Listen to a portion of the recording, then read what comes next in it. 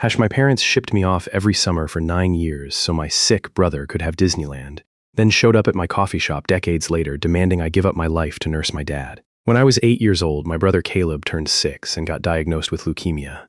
And from that single diagnosis, our entire household reorganized itself around one word: sick. A word that swallowed every birthday, every holiday, every ordinary Tuesday dinner, every ounce of oxygen in that house, until the family calendar existed only to serve one small boy in a hospital bed while I quietly learned how to disappear into the wallpaper. Because disappearing, I came to understand very young, was the only way I could be useful to anyone. For 2.5 years, I watched my mother sleep in a recliner at the children's hospital more nights than she slept in her own bed. Watched my father take on a second job just to cover the parts insurance wouldn't touch. Watched relatives arrive with casseroles and prayer cards and worried faces that never once turned in my direction. And I don't say any of that to diminish what Caleb went through, because what he went through was genuinely terrifying, and I loved my little brother even then. But I say it because it explains the architecture of everything that came after. The way an entire family can bend itself so permanently around one crisis that it forgets it has other children standing in the wreckage. Caleb went into remission in 2003, right around when I turned 10. And instead of relief settling over the house the way you'd expect, what settled instead was a strange, gnawing, permanent guilt. My parents utterly convinced they owed him every joy the illness had stolen, every trip, every gift, every single ounce of attention they could physically produce. And somewhere in that grim arithmetic, E became the ledger they balanced it against, the entry on the other side of the page. Because if Caleb was the boy who'd almost died, then I had to be the girl who never needed anything at all. And my mother said it out loud so many times over the years that it stopped even registering as strange to me. Strong kids don't make a fuss, she'd say, like it was scripture, like it was something to be proud of, rather than a leash she had built specifically to keep me quiet and small and easy to forget. So, starting the June after I turned 8, and continuing every single June without fail until I was 16 years old, 9 summers in a row, my parents would pack me exactly one duffel bag, drive me 3.5 hours north, and drop me off at my Aunt Dana's place in Silver Cove, a speck of a lakeshore town in northern Michigan, while they loaded Caleb into the car and took him everywhere in the world that mattered. Orlando one summer, the Grand Canyon another, Niagara Falls, a cruise through the Bahamas the year he turned 13, and every single June, like clockwork, like a ritual built specifically to twist the knife just far enough to remind me exactly where I stood, a postcard would show up in Aunt Dana's mailbox with a glossy photo of wherever they were that year and 4 words scrawled. On the back, in my mother's tidy cursive, "Wish you were here," 9 postcards over 9 years. And not once, not a single time in nearly a decade, did anyone ever follow that sentence with an actual apology, an actual explanation, or an actual invitation. No, next year you'll come with us. No, we're sorry, sweetheart, we'll make it up to you. Just those 4 hollow, greeting card words mailed to an 8, 9, 10, 11, 12, 13, 14, 15, 16-year-old girl who was sitting 3 states away in someone else's house, doing someone else's chores, sleeping in someone else's spare room, wondering what exactly she had done to deserve being the one who got left behind every single year without fail. The strange mercy buried inside all of it.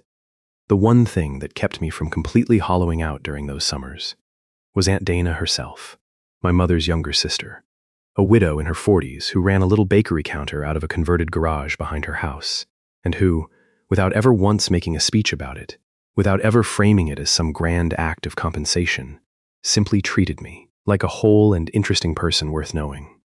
She taught me to laminate croissant dough when I was 9 years old, my small hands folding butter into flour under her patient supervision.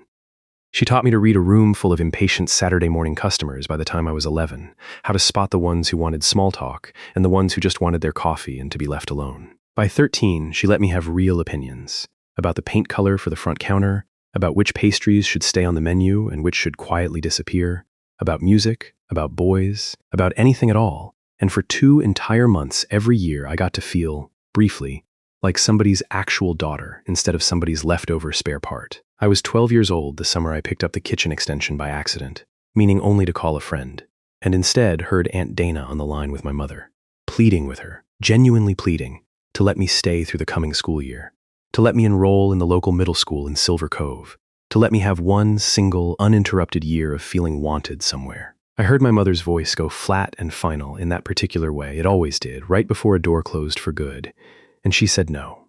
Simple as that.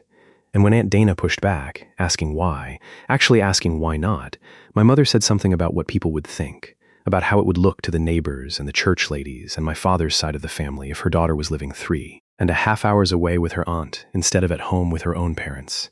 And I hung up that phone so carefully, so quietly, that my hand shook the entire time, terrified of being caught listening to the conversation that had just quietly confirmed everything I already suspected about my place in that house. It took me another 25 years to learn the fuller, uglier truth behind that phone call, which was that my mother hadn't been protecting some sacred idea of family togetherness at all.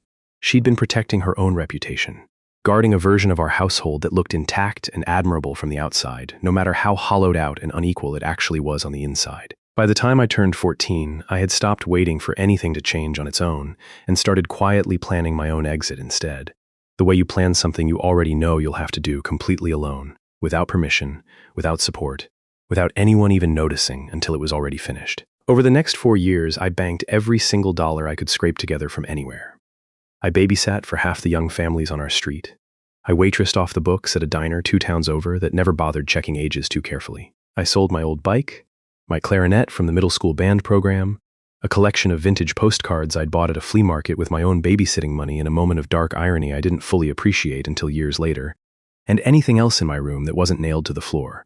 Until by the night of my high school graduation in the spring of 2015, I had exactly $6,400 folded into an old coffee can hidden under my bed. And that night, the very night my parents left my own graduation party early, an hour early, because Caleb had just landed his first big job offer and they wanted to be home in time to properly celebrate him with a cake my mother had ordered a week in advance, I understood with a clarity that felt almost peaceful that I would never, not once in my entire life, come first in that house, not even on the one night that was supposed to be entirely mine.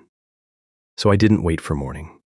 I packed the trunk of my beat-up secondhand Corolla in the dark while the house slept, still wearing my graduation dress, left a single note on the kitchen table that read only, "I'm safe. I'm an adult now. Please don't look for me," and drove west through the night and most of the following day, stopping only for gas and terrible truck stop coffee, until I hit Coeur d'Alene, Idaho, a town I'd picked half at random off a paper road atlas months earlier simply because it had a lake in the picture and because it was about as far from Ohio as $6,000 of gas money and a used car could reasonably carry me. I had no plan beyond survival at that point. I found a small coffee shop on the water called Lakeshore Grounds, owned by a woman named Marisol Reyes, who was somewhere in her 60s with flour permanently ground into the creases of her knuckles and a voice that carried the particular weariness of someone who had run a small business alone for 20 years. And I walked in on a Tuesday morning still smelling like the inside of my car and asked if they needed a dishwasher. No resume, no references, nothing but an exhausted 18-year-old face and a car packed with everything I owned parked crooked out front. Marisol looked at me for a long, unreadable moment and then just said, "Can you start tomorrow?" No questions asked about where I'd come from or why, and that was the entire interview. I scrubbed pans in that back kitchen for months, sleeping some nights in the reclined driver's seat of my Corolla in the employee lot behind the shop until I'd saved enough for a room above the hardware store 2 blocks inland, a room with a hot plate and a window unit and absolutely nothing else. And I have never in my life been happier than I was in that room, because for the first time, nobody's crisis owned my calendar but my own. Then, one slow, rainy Tuesday afternoon, Marisol was suddenly short a baker, her regular guy out with the flu. And in a small panic, she asked if anyone in the kitchen knew how to work dough properly. And I said yes before I'd even fully thought it through, muscle memory kicking in before conscious decision, and my hands remembered everything Aunt Dana had ever patiently taught me on those long Silver Cove mornings, the lamination, the timing, the way you learn to listen to bread rising instead of just watching a clock on the wall. Within a year, I wasn't washing dishes anymore. I was running the entire pastry case. Within 3 years, I'd redesigned the whole morning menu and doubled the shop's weekend revenue. Within 5 years, Marisol was training me not as an employee anymore, but as a genuine successor, because she had no children of her own to hand the business to, and I had become, in every practical and emotional sense that mattered, the daughter of that little business on the lake. Every single June, on the anniversary of the night I left, I mailed exactly 1 postcard back to Aunt Dana in Silver Cove, a small illustration of a pie or a fresh-baked loaf. No return address, no explanation, no signature beyond my first initial, just enough to let her know that I was alive somewhere in the world and building something worth building, because I owed her at least that much, even though I owed my parents absolutely nothing. 9 years passed like that, quiet, deliberate, entirely mine, Until the fall of 2019, when a small regional lifestyle magazine ran a feature on lakeside businesses along the Idaho Panhandle and lakeshore grounds made the cut, complete with a photograph of me standing behind the counter in my flour-dusted apron, smiling in a way I genuinely meant. I said yes to that interview without thinking twice, because by then I truly believed the past couldn't possibly reach me anymore, that I had built enough distance, enough years, enough of an entirely new life to be safe. I was wrong. Some distant cousin of a cousin, someone I hadn't spoken to since I was 16 years old, spotted the article shared online and left a comment tagging half the extended family, and within 2 weeks my parents had driven all 2,000 miles from Ohio and were standing in the middle of my coffee shop on an ordinary Tuesday afternoon, completely unannounced. The first thing I noticed wasn't even my mother's face. It was my father's hands, trembling slightly at his sides in a way I'd never seen before, because somewhere across those 9 missing years he had developed Parkinson's disease, and nobody, not one single person in my entire extended family, had ever thought to tell me. My mother didn't apologize, not for a second, not for 9 summers, not for 9 hollow postcards, not for 9 years of complete and total silence. She walked straight up to the front counter in front of 2 of my confused employees and announced, as casually as if she were simply informing me of a scheduling change, that I needed to move back to Ohio immediately to help care for my father. Laying out her reasoning like a rehearsed business proposal, Caleb had his career now and his young kids to think about. He simply could not be expected to disrupt his life for this. But I, of course, was the strong one. I had always been the strong one. So naturally the burden belonged to me and me alone. And I looked at this woman who had never once fought to keep me, not when I was 12 and begging silently through a phone line, not when I was 16 and running out of second chances, and said exactly one word: no. Flat and complete and final, before walking straight to the back office and refusing to come back out until they had finally left. 3 days later, my phone rang, unfamiliar number, and it was Caleb, a voice I genuinely had not heard in almost a decade. He didn't lead with small talk. He led with a confession. He told me that growing up, he had honestly, sincerely believed I loved going to Aunt Dana's every summer, that our mother had always framed it to him as entirely my own choice, my preference, something I asked for. And it wasn't until he was an adult himself, with kids of his own, watching how effortlessly parents can shape a narrative for a child too young to question it, that he'd started doing the math on his own timeline and realized none of it had ever, not once, been my choice. He cried on the phone. Actually cried, in a way I'd genuinely never heard my brother do, even as a small child in a hospital bed, and told me he was sorry, plainly, without a single excuse attached to it, and promised that whatever happened between me and our parents going forward, he was not going to let me disappear from his life a second time. Something in my chest that had stayed clenched tight for nearly a decade loosened, just slightly, hearing that. It was Aunt Dana, of all people, calling from Silver Cove a few weeks later, who eventually convinced me to go back for Thanksgiving that year.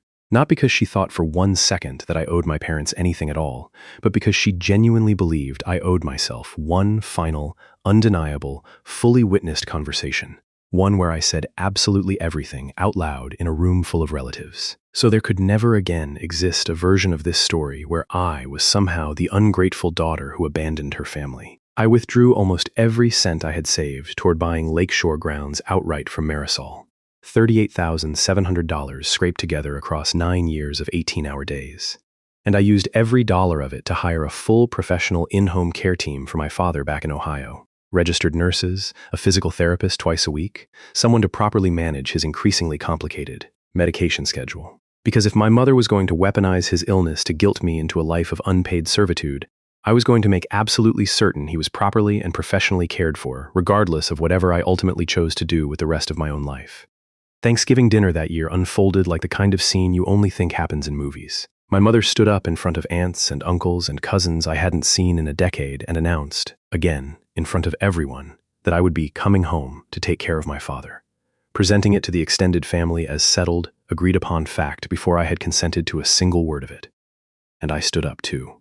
For the first time in my entire life, I said everything, calmly, clearly, in full sentences that nobody at that table could interrupt or talk over. I told them my father already had a complete professional care team in place, paid for entirely out of my own personal savings, that I would visit as a guest twice a year going forward, and absolutely nothing more, and that my mother was never again permitted to make decisions on my behalf, let alone announce them to a room full of relatives as though I were a piece of furniture simply being relocated, according to her convenience. My mother's face went through something I had genuinely never seen on her before, something that cracked slightly at the edges. And then, completely unprompted, in front of everyone at that table, she cracked open a piece of her own history I had never once heard before. She told the room that when she was 12 years old, she too had been pulled out of her own childhood to care for her dying mother. That no one had asked her permission, no one had warned her it was coming.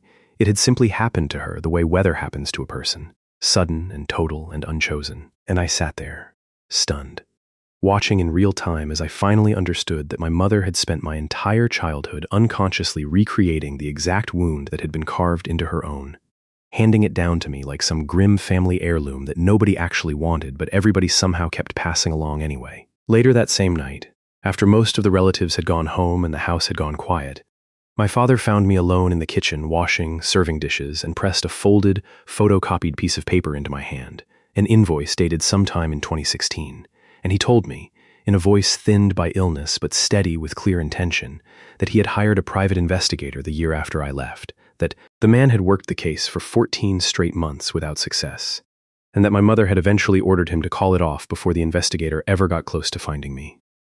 It wasn't a perfect redemption.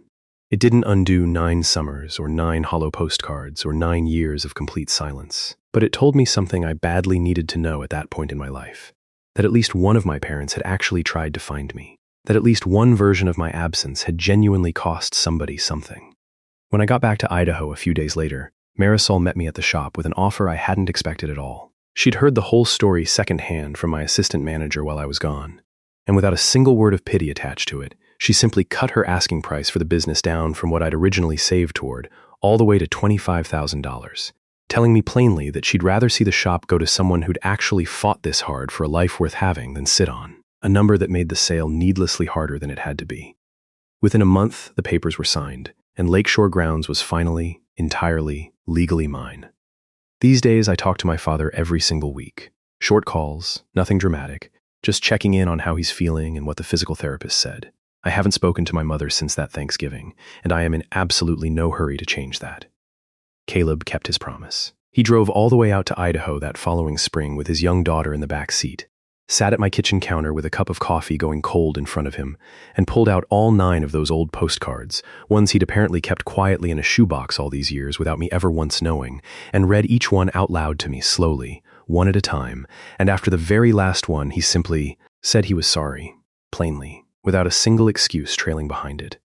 And it meant more to me than any amount of therapy I paid for in my 20s trying to make peace with those 9 summers on my own. This past November, I hosted my own Thanksgiving. Right there inside the shop after closing hours, mismatched folding chairs and string lights strung across the ceiling, my staff, a few regulars who had slowly become something like family over the years, and Aunt Dana driving 26 straight hours from Michigan just to be there with a pie she absolutely refused to let me help bake. It wasn't the family I was born into, but it was the one I built entirely with my own 2 hands, over 9 hard years, in a town I picked at random off a paper map, and it never once mailed me a postcard instead of an invitation.